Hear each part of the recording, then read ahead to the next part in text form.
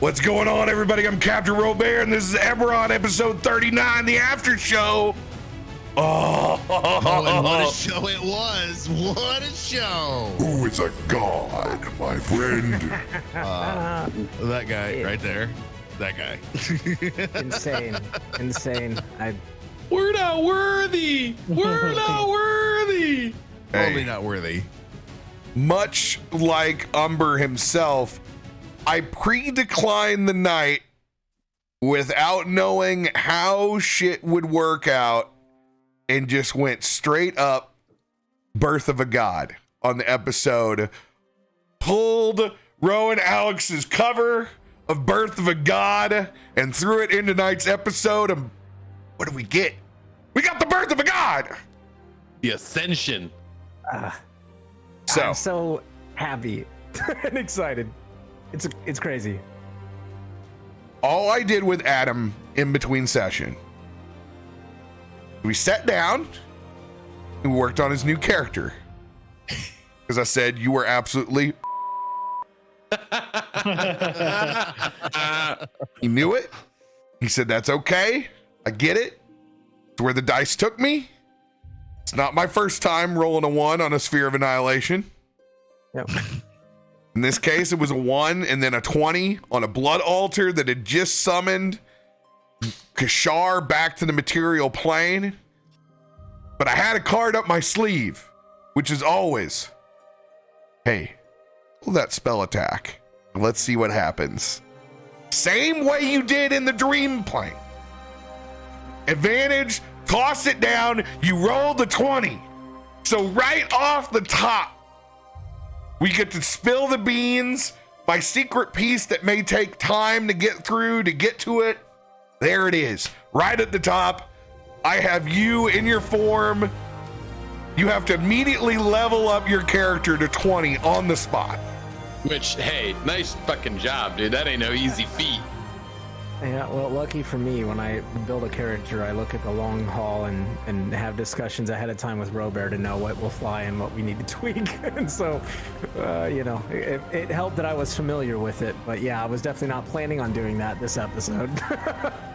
And how prophetic it would end up being later on. But before you could get there, it got hot. You guys got introduced to a new mechanic of not being able to be healed for the first time. Hate it. That was fun. I don't like it here. I was worried. I was like, man, I'm up here. I can't be down there. Normally, I'm the one down there taking the blows. Like, it was like, I'm not. Like, Yeah, that was not easy. No easy part of that. Big swings, but luckily, Umber's entrance and giving you resistance to all their stuff and cutting that damage down. Without that, so I thought about that. This whole fight, had you not a rolled a 20, what would that have been? Because that would have been us, and then like you, maybe some rounds of trying to fight this until maybe you show up, right?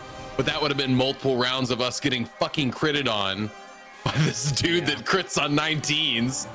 It has 8 swings a turn. Now, Kashar stay there in that combat, right? Like, right. Now, Right. you guys saw, very different if he doesn't crit. Absolutely. I don't know. But the I dude only was saw him not crit like 3 times. Yeah, in well, yeah, there's only that 12 one. swings. Okay, that average damage is a lot different. It is, right. Okay, I don't know what was happening. You can't plan those encounters around critting every time, and that made it significantly deadlier. What it did was nicely balance it back to where your side was pretty scary.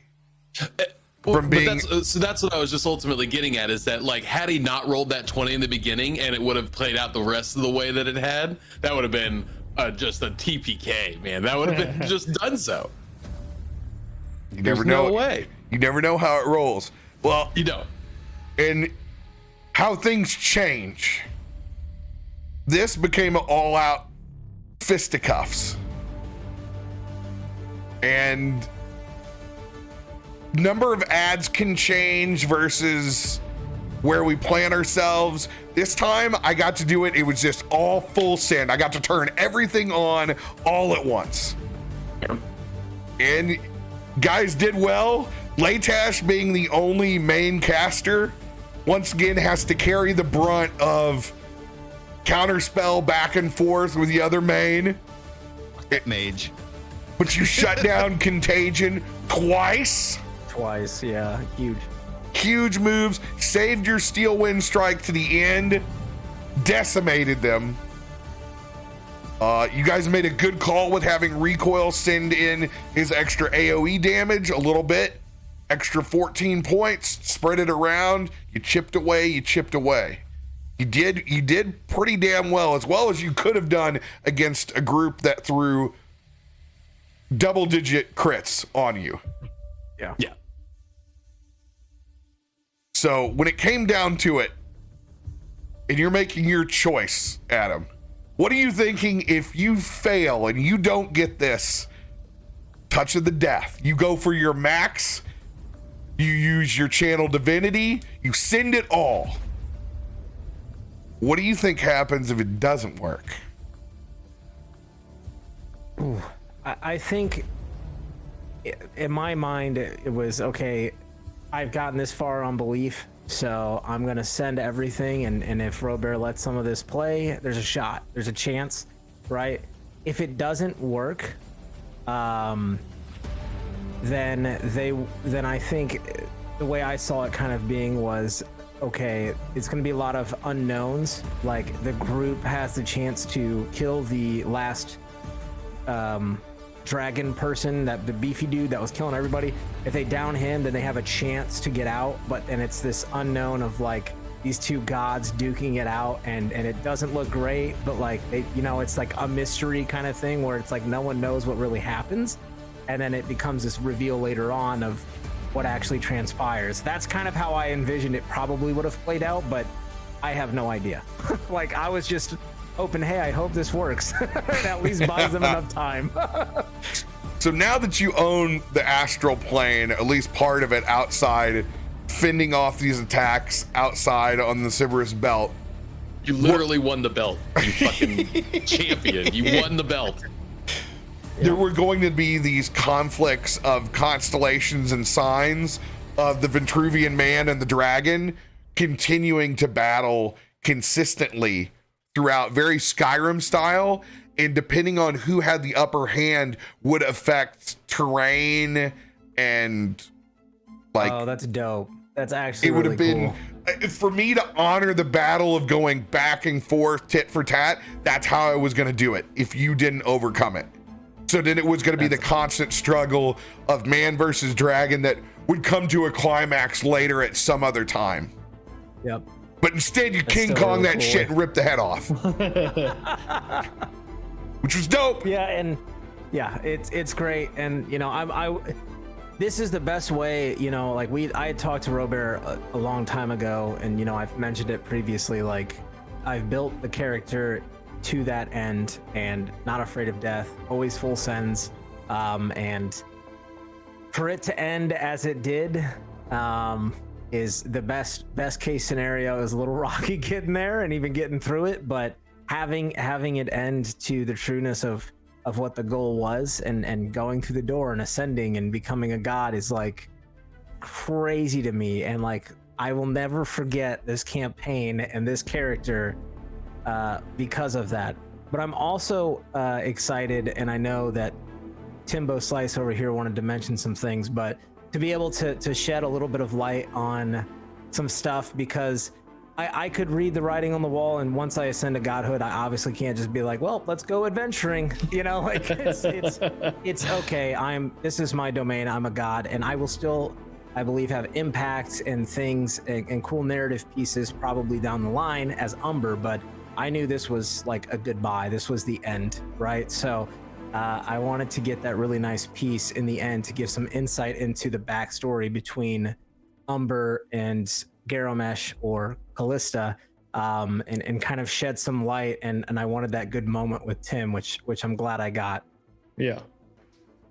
No, I'm glad that you got that out, especially in like knowing that Umber is like not going to be there anymore, because that's an important part of the backstory that we fleshed out, while I was sitting around the pool in Arizona or whatever, drinking, instead of enjoying the pool. I was playing D&D, and it was basically the fact that Umber essentially followed Callista, because in Callista's wake is just a trail of death. And Umber, for whatever reasons he had, was following Callista as a curiosity or as, a target. And we never kind of fleshed that out. I just kind of let Adam kind of play that as he would.